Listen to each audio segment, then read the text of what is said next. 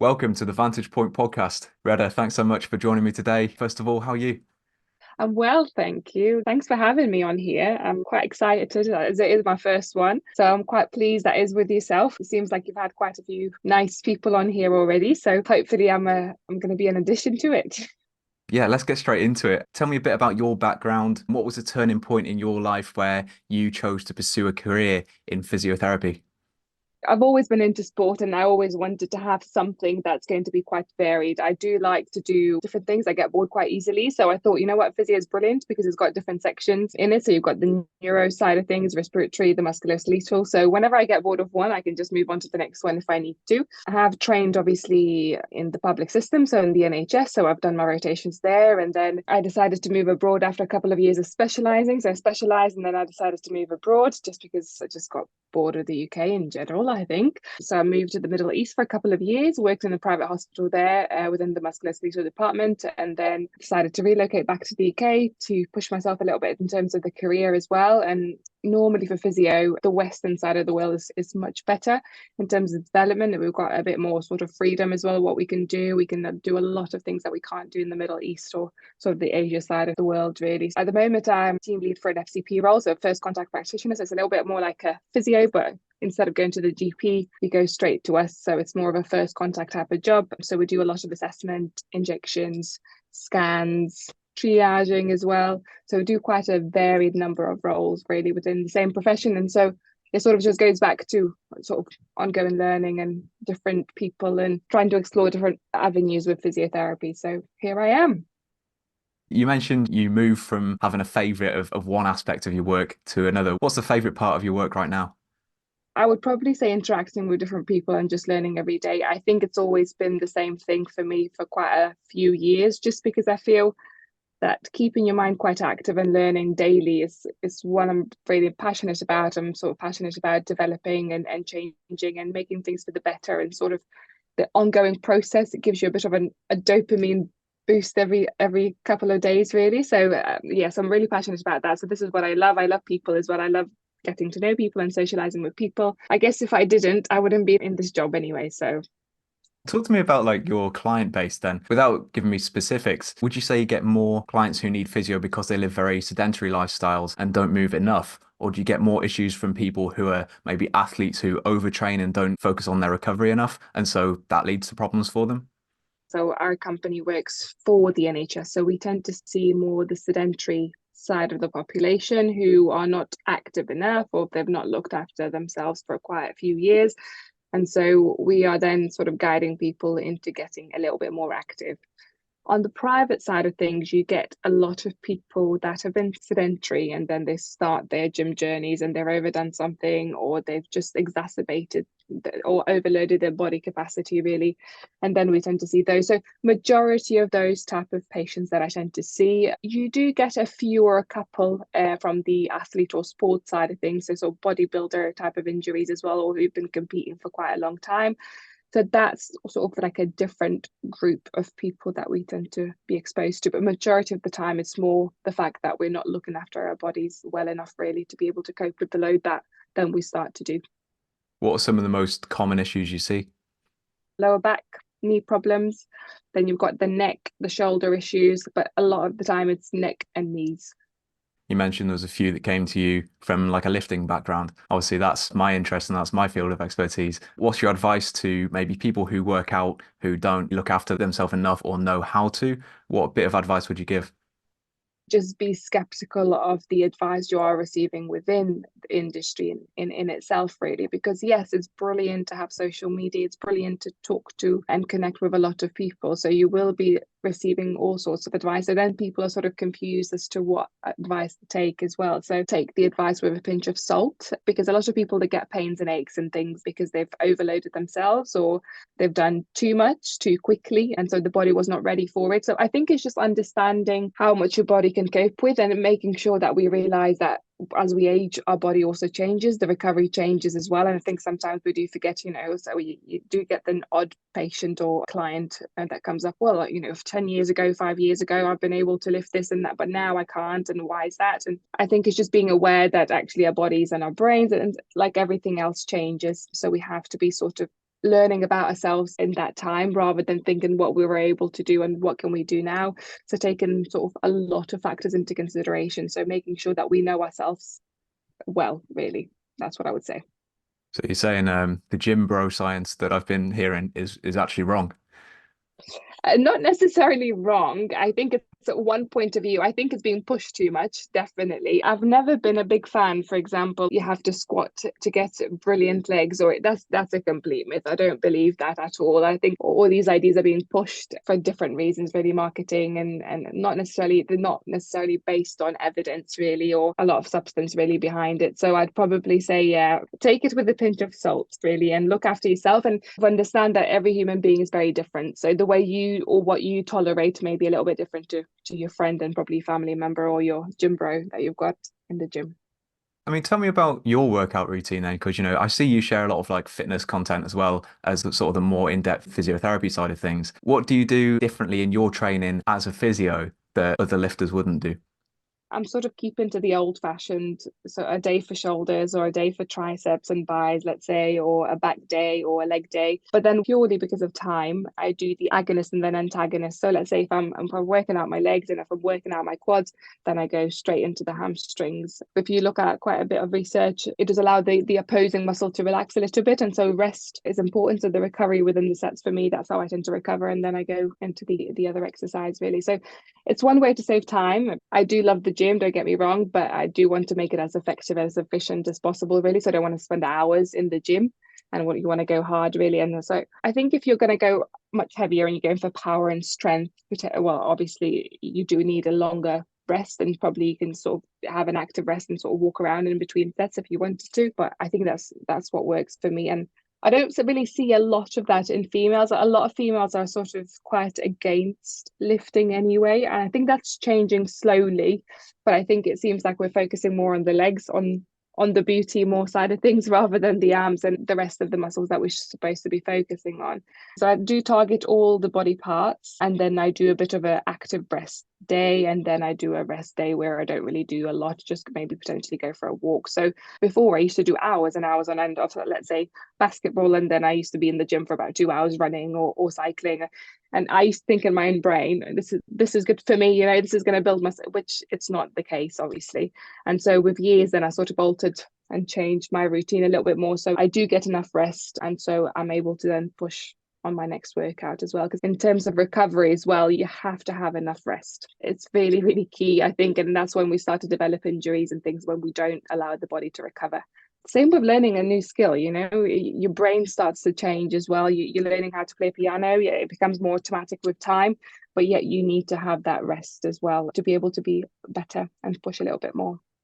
Yeah, definitely. I think people often misconstrue the time they spend in the gym. They think that's when they're making progress and building muscle, but actually it's a time when you're asleep or out of the gym, resting, hydrating and feeding your body. That's when you're actually building muscle, and that's when you're really making a progress. When you're in the gym, all you're doing is breaking your body down. So if you just continue to break your body down and don't give yourself enough time to recover, as I'm sure you've seen, that can lead to all sorts of long-term issues down the line. Now, a goal of mine is to combat the inevitable deterioration of my muscle, bones, joints once I pass a certain age, because I want to feel strong and I want to feel able to do stuff even when I'm in my 80s, because I think we can now with the knowledge we have. What are some tips you would give to young people who share that goal with me?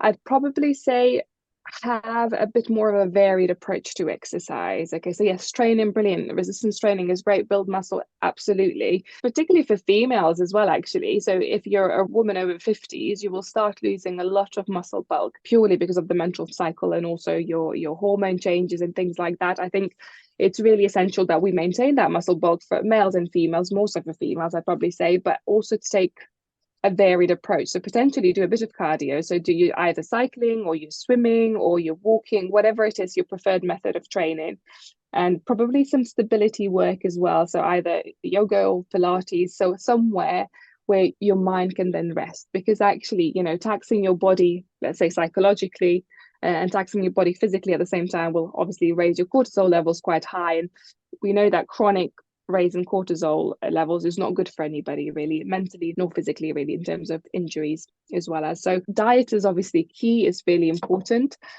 what we put in our bodies is what we get out really as well. So we ought to be eating right, and what is eating right and what diet it is. I mean, this is another massive conversation you could have really. Sleep is number one, just because this is, as you said before, this is when we recover, this is when we repair the muscle fibers, this is when we repair our brains as well. If we're not getting this right, if we're not getting the recovery right, we're not going to be changing and we're not going to be developing really, and that's a massive one. And I think in the current day and age, we are not really focusing enough on the basics really. We are sort of, our brains are very busy. We're thinking, okay, when should I say it's the next day? We're thinking about work, we're thinking about the families, we're thinking about the economy side of things. There's a lot of things to think about really, and I think we need to allow that brain to rest, particularly sleep. There is a little bit of research about how creatine is pretty useful for your brain and your muscle for longevity side of things, but also gelatin. So those simple powders that you get from a store or a shop, you can mix that in a cup of water and drink that. That's known to be quite good for your joints, the plasticity as well in itself, or the way the body's changing. So that's quite useful. And normally with these supplements or anything additional that you're adding, it's normally a bonus. So as long as you've got your diet and your rest, your exercise right, the supplementation is normally just an additional thing to think about if you want to potentially spruce your recovery up. So I think I would probably consider all of those things and try your best really, and don't be too harsh on yourself, because sometimes you do feel that you need to constantly be improving things, but all it does sometimes is just stresses you out even more so, because you're not doing the right thing or you feel guilty about not eating the right way. I think you dropped several knowledge bombs there for people to dissect. A few of those I was definitely aware of. Creatine's something I'm a big advocate for. Yeah, the sleep side of things you were saying, I think that's a really big one. In fact, I've been roasted by my friends in the group chat recently for setting myself a bedtime. But I think that's No actually way. one of the best things. Instead of just forcing myself to wake up early and get a workout in, I found I could do that, but I hated it. So instead, if I set myself a bedtime, my body would naturally wake up early and then I would feel good starting the day. I spent a bit of time living out in the Philippines in the jungle. They had this kind of lifestyle there where they didn't really use alarm clocks. They just kind of went to bed when the sun set and wake up with the sunrise. And with that kind of sleep schedule, I felt probably the best I've felt in ages. So I've done my best to kind of replicate what I was doing there here in dark, rainy Wales. Are there any things you do specifically for your mental wellness or spiritual wellness? Maybe things that aren't so scientifically researched yet? Mindfulness science came in quite recently, and also yoga. I tried that, but actually what I found is that it was not useful as I thought it would be. I just found that my mind was racing. It was more time for me to sort of not focus on anything. Supposedly you'd probably want to stand there and be like, you can relax and have the peaceful moment to sort of let everything go. For me, it was the opposite. My mind then started doing all sorts of things and it was not useful. So normally for me, it would be just a walk. I'd probably go to the gym to clear my mind or to listen to some music, a walk, and reading. Actually, I sort of had to force myself to read a little bit more. But what I find is that you go to a different world in terms of escapism in itself. And I think that tends to give you a bit of peace, or for myself, it does. I think for me, diet is also very important. Whenever I'm eating what I'm supposed to be eating, it does give me the mental clarity to do my job well, to not be too snappy as well. It doesn't sort of I don't seem to crash either in the evenings, which I've noticed that I do if I eat a lot of processed food as well. People seem to really want the quick fix, particularly when it comes to stuff with their mental health. A lot of people have got into wellness and yoga and things recently because it forces them to just sit down and clear their head. But people will overlook the benefits of staying hydrated, looking after your food, going out for a walk, doing some exercise, and they'll turn very quickly to, okay, I can get prescribed X thing to make this feel better, but not actually solve the root of the problem. Most people will do literally anything but find the root of the problem and face the harsh reality that you've got to do something to fix that long term in your life. Is that something you notice with your clients or maybe just people you see online?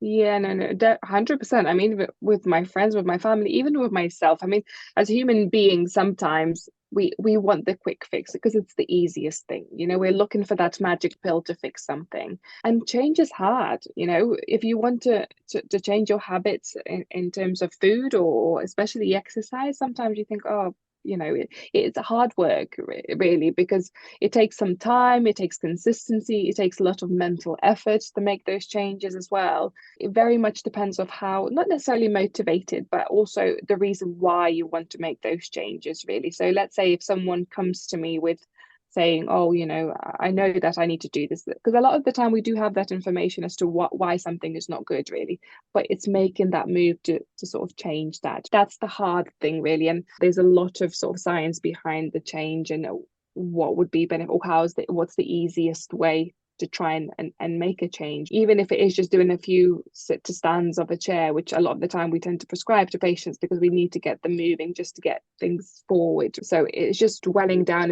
into the reasons why you want to make that change. Do you want to be able to walk in your 80s or when you're in your 70s, or do you want to be pushed around and lose your independence, really? So it's just thinking about more sort of the long-term consequences of your current habits. It depends whether that person is in that position where they can accept the reasons for that change, because a lot of the time we know what to do already. It's just having that push or that realization, really, whether we need to make that change or not, or whether actually we're comfortable and we're okay. Because actually comfort these days is a big killer, really. I think there's also a selfish element to it as well, where people will know what to do and they will put it off. Isolated to that, fair enough. Okay, it's you can do what you want. But then when you start bringing negative energy to social events, complaining to others about how you're feeling, when they would be thinking as well, here are the things you can do about it, go and do it. Don't bring that negativity to me, sort of thing. When you start spreading that kind of mindset to other people, that's when I feel like I've got a bit of a problem with it, because there's things you can do to sort this, but you would rather try and bring me down by complaining essentially to me. I don't know. What are your thoughts on that? When it comes to friends and family, I think, for example, so let's say my mother, okay, so she's got a few health problems where she knows she needs to make a change to get better. And I sort of work in the medical side of things. So I'm not some random person telling her what to do based on what I read. I sort of, that's what I get paid to do. So you give people advice, but sometimes they're not ready to receive that advice. And so sometimes people just want to complain or have a pity party. That's not where the solutions come from, really. I don't think it's something that they intentionally do, but I think they're in a point where they sort of want to exacerbate the problem enough so that potentially make them realize that actually this is the time you need to make a change. So it potentially may be that the person is just not at the right stage of where they're realizing actually this is it for me. I've had it. Change in itself is very, very difficult. As human beings, we are awful at it. We want the comfort, we want the luxury, we want the easy. And that's why I think we tend to look for that one thing, the magic pill, but not the basic stuff that we're supposed to do. You mentioned earlier you didn't think that squats were the best exercise necessarily for your legs. I've always thought of squats as one of the best ones, the big three, bench, squat, deadlift, whether it's barbell work in general, you're not such a fan of. Yeah. What would you say over squats would be a better exercise you could be doing? I'd probably go for lunges because let's say if you've got any muscle asymmetry, it also works on your stability. It gets the muscle active in different areas. Your brain is having to work to change your legs and things like so. It's rather than repeating that same thing, you're sort of moving different aspects or different parts of your muscles as well in terms of strength, and also you're having to think about what you're doing, you're having to balance as well. And I think once again you're targeting the muscle asymmetry as well. So every time I see patients and they say, oh, I'm really struggling with squats, I always suggest sort of let's bring down the weight. If you still can't manage, I start with the lunges or some single leg work, and then you can go back into that full dynamic compound move. Oh, fair enough. Yeah, lunges are definitely one I would throw into programs as well. There's something I do on my own too, even with a weight on your back, something like that. Walking lunges, I feel like it's a great one because you're throwing an element, like you say, of instability in there, and it's forcing your core to correct and the anti-rotation muscles in your core to stop you falling over, essentially. Yeah, what are some other exercises you'd recommend people getting into the gym to try putting into their routines at first? What I see tends to work quite nicely is focusing on legs. Okay, legs is something that it's much harder to work on because there are bigger muscle groups as well, but it also requires a lot of different skills to build those. So I'd probably definitely stick to calf muscle training. So your heel raises, your soleus raises as well. To build your calves is super, super difficult. We just don't grow the calf muscle as much as how easy it is to build your quads or your hamstrings. These are much easier muscle groups to build, but these are really, really important, particularly if you are getting older, because having a good calf muscle in itself, it'll prevent you from falling, it'll prevent you from fracturing bones. A lot of high benefits, really. I'd probably do focus more on the glute side of things because that's one of the biggest muscle group in your body, or the strongest muscle group in the body. And back, really, I'd probably focus on those two to start off with, really. But I think from my point of view is whether that person understands also what they're working and what they're doing in the gym. So the initial few sessions should be that you understand the technique and what muscle group you're working, and so you don't injure yourself in the long run, really. Reda, what are your goals in your work life, in your training for this year? I'm hoping to sort of try and push more the evidence side of things within physio into a simpler form for patients to understand, because there's a lot of information out there, which a lot of it is misinformation, but because they've got massive following, people are very much, they must be right because they've got a lot of people following or a lot of likes. I think sometimes we're not really realizing where this advice is coming from. So I'm hoping with my page, hopefully, to build that a little bit within my career. Also, there's a lot of developments within my company as well, so I'm hoping to try and push the idea of having sort of a proactive way of looking at things in terms of physio. So rather than get an injury and then we're looking at you come to physio, potentially push more the sort of prevent those issues and build more information on that side of things. So I'm hoping to do a bit more research into that and hopefully build a portfolio based on that. In terms of my training, I did have a bet with one of my friends. So I'm in the process of getting a house at the moment. So I've actually got a house. I will put an offer on a house. And I did say that if I do get a house in the next 2 to 4 months, I'm going to do probably a bodybuilding competition. Something potentially I've considered in the past. It'll give me a goal to work towards as well. It will be something good to maybe have a go at doing, but I don't know yet. So I think training wise, to continue training, probably to incorporate a bit more sort of strength work as well, and give myself a bit more of a routine, because if once you've been training for so many years, I think you sort of just go with what you normally are used to. So having a bit of a goal or changing your routine a little bit will help that a little bit. I think that's about it, really. I've really been enjoying watching the fitness videos you've been putting out there, specifically like the evidence-based stuff you've been putting out is very different to the sort of mainstream fitness content that you see, where it's just, some TikTok person who's doing hip thrusts to like a trending song and not really putting any actual information out there. I much prefer when there's actual voiceover or you talking directly to the camera as you do in some of your videos. Yeah, it'll be very interesting to see the bodybuilding build up to a competition. It'd be interesting to see how you tackle that. But yeah, that's all we've got time for today. Reda, thanks so much for coming on. Been a great pleasure. Thank you.